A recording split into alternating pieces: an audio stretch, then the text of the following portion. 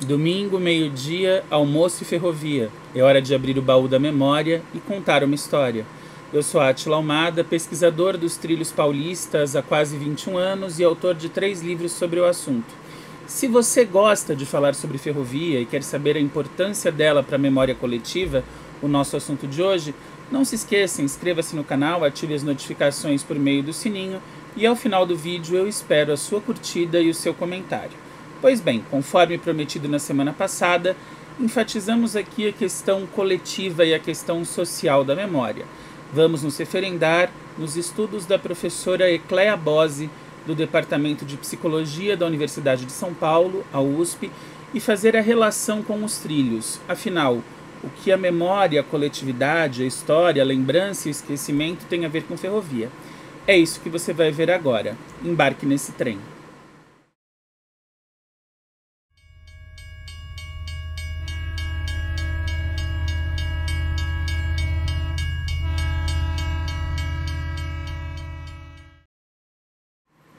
O sobrenome Bose é importantíssimo para a intelectualidade brasileira e para a história da Universidade de São Paulo.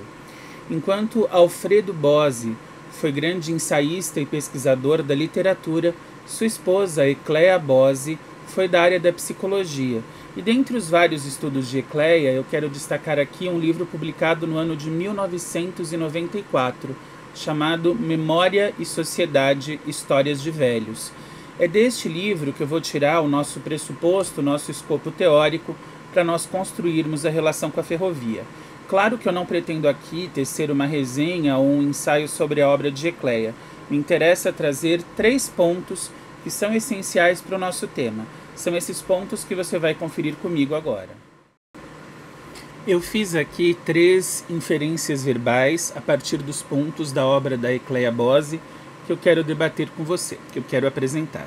Estas inferências são relatar, construir e transformar. Vamos na sequência. A memória é importante enquanto relato, seja ele oral ou escrito. No meu caso, a minha pesquisa é baseada na memória oral e na liberdade que ela propicia aos depoentes. A memória, ela traz voz aos silenciados. Como assim? Quando as ferrovias operavam, quando os trens corriam normalmente pelo estado de São Paulo em muito maior frequência, transportando passageiros e cargas, seja na época de Paulista, Mogiana, Sorocabana e afins, ou na época da FEPASA, os ferroviários eram uma classe social ouvida e até certo ponto muito prestigiada. Vale lembrar, por exemplo, que ser funcionário da Companhia Paulista na cidade de Jundiaí lhe dava um status muito importante dentro do comércio local. Sabiam que você tinha um emprego estável numa empresa sólida e que, obviamente, todos os seus compromissos seriam arcados. Eu dei o exemplo de Jundiaí porque eu conversei com muitos ferroviários lá, mas isso vale para outras cidades. A ferrovia tinha realmente este status de importância em São Paulo. Com a FEPASA, essa importância diminui um pouco, porque já vem ali muito mais a concorrência das rodovias, e esse transporte vai sendo sufocado nas 2 décadas e meia, um pouquinho mais, em que a FEPASA existiu. Quando a FEPASA deixa de existir e vem as concessões, a ferrovia passa a transportar apenas cargas. Então, o número de pessoas que utilizam a ferrovia vai praticamente a zero. A ferrovia é utilizada para transporte humano apenas na região metropolitana com a CPTM, e no interior você passa a ter apenas a figura dos maquinistas e das pessoas que auxiliam no tráfego. Você não tem mais chefe de estações, bilheteiros, carregadores, pessoas que trabalhavam nas lanchonetes e restaurantes das paradas de trem. Então, quando você diminui essa abrangência da ferrovia, claro que aqueles que viveram isso são silenciados.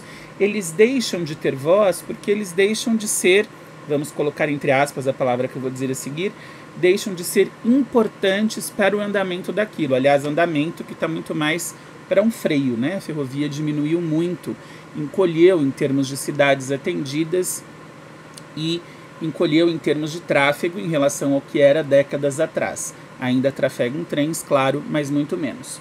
Então, essas mudanças históricas, essa transformação do modal de transporte, ela acaba por silenciar aqueles que trabalharam na ferrovia e aqueles que utilizaram a ferrovia. A ferrovia passa a ser uma coisa justamente de velho, né, como diz o livro da Ecléa, das memórias dos velhos. Então, quando a estes velhos, a estes que viajaram, vivenciaram, trabalharam na ferrovia, se possibilita o relato, se possibilita a voz, eles conseguem trazer o seu passado para o presente e se sentem reinseridos no tempo. É muito interessante, ao longo do meu percurso, eu observar que quando eu começava a falar, havia sempre ali nos primeiros minutos do depoimento uma certa resistência, uma distância com uma espécie de parede histórica e até talvez um mecanismo de defesa por conta do silenciamento. Quando eu começava a conversar e eles entendiam a minha proposta, então havia uma abertura e um relato muito mais fluido. A segunda habilidade, o segundo ponto, a segunda ação é construir. As memórias, elas são obviamente individuais num primeiro momento. Cada um lembra aquilo que viveu. Porém, a memória só ganha sentido quando ela constrói uma identidade coletiva. Afinal, como eu disse no vídeo anterior, memória só para você, você guarda na gaveta e acaba esquecendo. Se você não mantém aquilo num plano de consciência, isso vai sendo recalcado, vai sendo rebaixado para o seu nível de subconsciente e pode ser deixado de lado. Isso não é exercitado, não é trazido à baila, essa memória se torna esquecimento. Quando você, por outro lado, compartilha, você relata e você vê que outras pessoas estão fazendo isso, ou você até reencontra essas pessoas, você conversa com elas, você reconstrói, você rememora, você refaz a sua identidade coletiva. Isso não vale só para o ferroviário, a questão coletiva da memória, ela vale para qualquer pessoa que tenha uma identidade, seja ela funcional, laboral, como ferroviário, seja uma identidade social. Por exemplo, você conversa com alguns dos seus colegas de escola ou faculdade até hoje e o que une vocês é essa memória que vocês vivenciaram. Portanto, o conceito de identidade coletiva está ligada à comunhão de vivências e de experiências e que na ferrovia é muito importante, porque ela abrange um número muito grande de pessoas que ocuparam as mesmas funções e o intercâmbio de informações entre as funções ocupadas. Então você tem, por exemplo, os chefes de estação que conversam com os maquinistas, que conversam com os garçons, que conversam com os bilheteiros e por aí vai. Depois de relatar e construir, depois de entender essa importância da identidade coletiva, a memória, por meio dos seus sujeitos e da importância conferida a eles, pode ser e deve ser um elemento transformador da sociedade. Por quê? Porque é por conta da memória que nós podemos refletir sobre o passado de maneira crítica.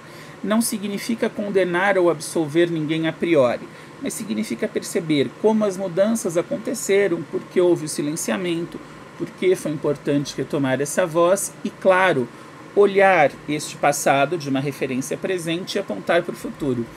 Tem uma frase do Taiguara, um compositor brasileiro, que diz que o passado abra os presentes para o futuro. E é exatamente isso. O que era bom na ferrovia, o que funcionava, como essa identidade foi construída, por que tudo isso mudou, quais foram os agentes internos e externos que foram alterando todo esse panorama, por que a ferrovia deixa de funcionar, o transporte de passageiros deixa de existir, quais são os problemas que isso gera, seja do desemprego ou do descomissionamento, do abandono daqueles que foram outrora os protagonistas, seja em termos de logística, seja em termos do transporte mesmo, da eficiência ou não, e a partir disso para onde nós vamos apontar. Um exemplo bem simples e redutor, mas que funciona, é pensar que quando as ferrovias foram deixadas de lado no final dos anos 90 e o transporte de passageiros cessou, achava-se que a ferrovia continuaria bem apenas com cargas e que os passageiros iriam por rodovia. Hoje existe uma percepção de governos e empresas que, pelo menos entre os grandes centros, o trem precisa voltar, porque houve um estrangulamento, um colapso de transporte. Então, o tique entre São Paulo e Campinas, essa volta da ferrovia, é essencial porque os sistemas viários, como a Anhanguera Bandeirantes, já não conseguem mais dar vazão em determinadas horas, principalmente nas de pico, ao fluxo de pessoas e de mercadorias rodando por ali. As mercadorias até vão pela ferrovia, mas as pessoas sairiam dos ônibus e voltariam aos trens com significativa vantagem. Então esse olhar para o futuro e essa nova identidade pode ser muito importante e é muito importante para definir rumos políticos, rumos de investimento e rumos sociais. Bom, agora eu vou mostrar para vocês 5 pontos importantes da preservação da memória ferroviária. A memória ferroviária estrutura-se pelos pilares que eu apresento aqui. Claro que há outros, mas eu selecionei 5 para que a gente possa ter uma base e abrir a conversa que eu espero aqui nos comentários. A ferrovia, ela trouxe pioneirismo desde a sua formação.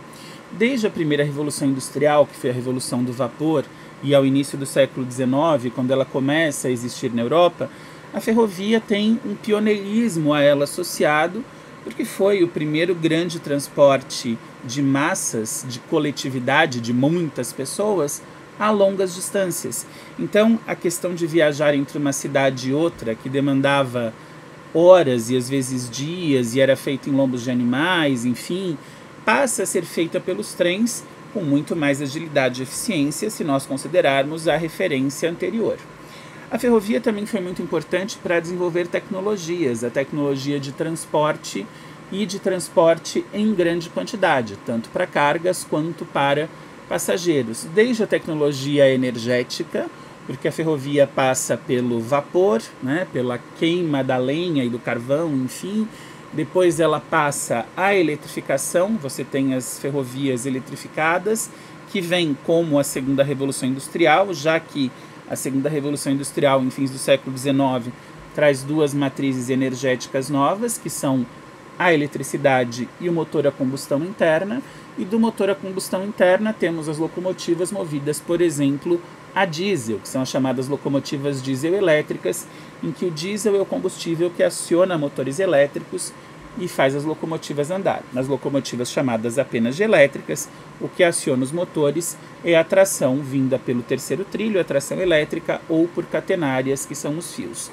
E dentro destas tecnologias você tem vários aprimoramentos. Hoje você tem locomotivas a diesel muito mais potentes do que as iniciais, com muito maior capacidade de tração e muito menos gasto de energia, assim como a ferrovia também trouxe revolução nos transportes urbanos. A partir dos transportes a longa distância, ela foi adaptada para os trens metropolitanos, para o metrô, até para os VLTs e por aí vamos. Outro ponto fundamental é o trabalho. Os profissionais que a ferrovia desenvolveu, a mão de obra específica, de engenharia, de construção, planejamento, projetos, arquitetura. Vale dizer, por exemplo, que a primeira edificação de concreto armado no estado de São Paulo foi uma estação ferroviária. O concreto armado era uma tecnologia recentíssima e a primeira edificação de 1906 é a estação de Mairinque. Então a especificidade do trabalho também é muito importante. Retomamos aqui, por conta da soma de pioneirismo, tecnologia e trabalho, a ideia de coletividade, de um grande grupo de pessoas envolvidas direta ou indiretamente com a ferrovia.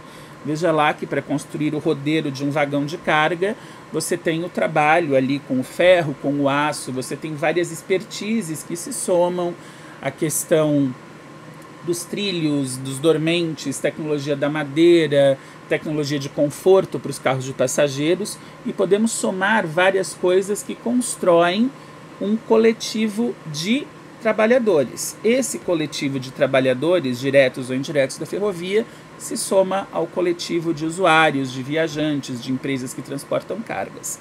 Estes 4 pontos, pioneirismo, tecnologia, trabalho e coletividade, geram as histórias, geram o diferente, o pitoresco, ou geram as histórias que possibilitam a memória ferroviária, que é o que nós discutimos aqui.